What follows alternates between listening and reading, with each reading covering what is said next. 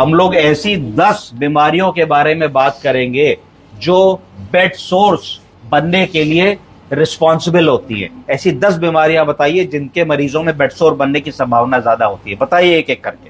Paralysis, fracture हो गया, paralysis हो गया। पैरालिसिस का मरीज, बिल्कुल ठीक बताया। कोई भी ऐसी स्थिति जिसमें मरीज चल फिर ना पाए और खटिया पकड़ ले, अगर उसको बिल्कुल हर चीज पे डिपेंडेंट हो जाएगा, पॉटी के लिए बेड पैन लगेगा, कोई आपको ओरल केयर करेगा, बैक केयर करेगा, पर्सनल हाइजीन करेगा, तो अगर आपका ध्यान नहीं दिया जाएगा तो बेड सोर बनने लगेगा। और बताइए।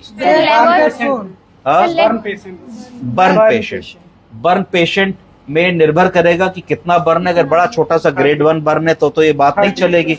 अगर बहुत हेवी बर्न है, उसको 3rd डिग्री बर्न है, बेड रिडन पेशेंट है, कन्फाइंड टू बेड है, उसको रखा हुआ है, तो उसमें एयर मैट्रेस देंगे जिससे बेड सोर से उसको बचाया जा सके। ठीक है, चलिए मैं आपको बताता हूँ। सबसे कॉमनेस्ट कॉज जो बेड सोर का होता है वो होता है कैंसर पेशेंट।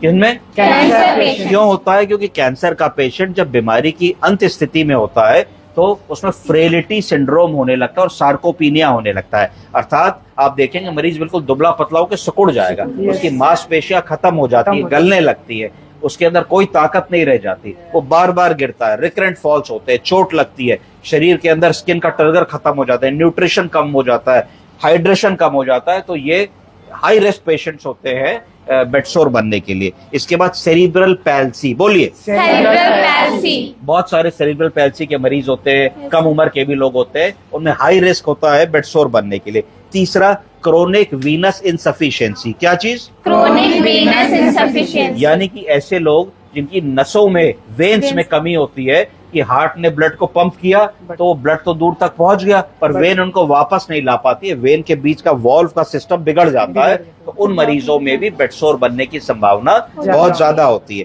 इसके अलावा और मरीज जैसे डायबिटीज, तो डायबिटीज के मरीजों में जिसमें शुगर कंट्रोल नहीं होती है उसमें 3 कॉम्प्लिकेशंस होते हैं। न्यूरोपैथी, नसें कमजोर हो जाती है, नेफ्रोपैथी, किडनी कमजोर हो जाती है, रेटिनोपैथी, आंखें कमजोर हो जाती है। उन मरीजों में भी बहुत सारे कॉम्प्लिकेशन, दिखना कम हो गया, किडनी की खराबी हो गई, डायलिसिस पे चले गए, बेड सोर बनने की पॉसिबिलिटी हो गई। डिमेंशिया के मरीज, ऐसे मरीज जो बुजुर्ग होते हैं जिनको डिमेंशिया, अल्जाइमर की बीमारी होती है, उन मरीजों में भी वो सब कुछ भूल जाते हैं, नहाना भूल जाएंगे, खाना भूल जाएंगे, सोशल बिहेवियर भूल जाएंगे, अपनी सफाई करना भूल जाएंगे। उन लोगों में भी बेड सोर बनने की पॉसिबिलिटी बहुत ज्यादा होती है। पता लगा कि करवट लेटे हैं, वो लेटे रहेंगे।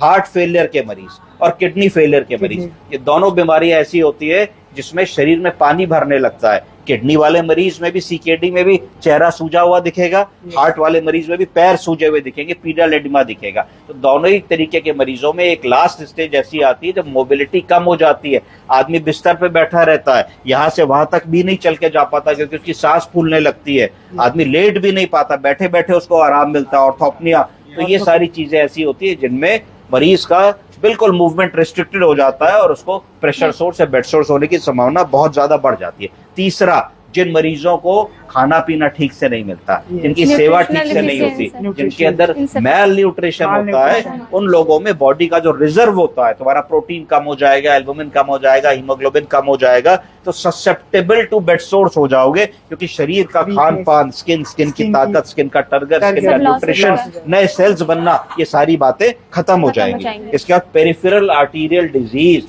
ये एक बीमारी होती है आर्टरी की जिसमें ब्लड सर्कुलेशन ले जाने वाली आर्टरी कमजोर पड़ जाती है, जिसमें जितना ब्लड जाना चाहिए नहीं होता। कई बार ऐसा होता है कि आपको आदमी मिलेगा इसका पैर पूरा सूजा हुआ है, आप देखोगे पैर लाल भी है, पैर जल भी रहा है, तो आप अगर आर्टरी फील करोगे तो फीमोरल तो फील हो रही होगी, घुटने के पीछे वाली पॉप्लिटियल फील नहीं हो रही होगी, है ना। कई बार होता है पैर की छोटी आर्टरी जिसको डॉर्सेलिस पेडिस कहते हैं, फील नहीं हो रही होती है, तो इसका मतलब होता है कि कहीं ना कहीं आर्टरी के रास्ते में रुकावट या क्लॉट आ गई है। ये सीरियस मेडिकल इमरजेंसी होती है जिसके लिए आपको उसको आजकल इंटरवेंशनल रेडियोलॉजी विभाग में या CTVS कार्डियोथोरेसिक वेस्कुलर सर्जरी विभाग में तत्काल प्रभाव से मरीज को भेजना होता है। इसके अलावा स्पाइनल कॉर्ड इंजरी, कई ऐसे केसेस होते हैं जहाँ एक्सीडेंट हो गया, कम उम्र का आदमी है, गर्दन की हड्डी टूट गई, स्विमिंग पूल से कूदा, चोट लग गई, कार का एक्सीडेंट हो गया, तो वो भी आदमी बिस्तर पकड़ लेता है, उसका बचा हुआ पूरा का पूरा जीवन बिस्तर पे निकलता है, क्वाड्रिप्लेजिक हो जाता है, चारों हाथ पैर नहीं चलते।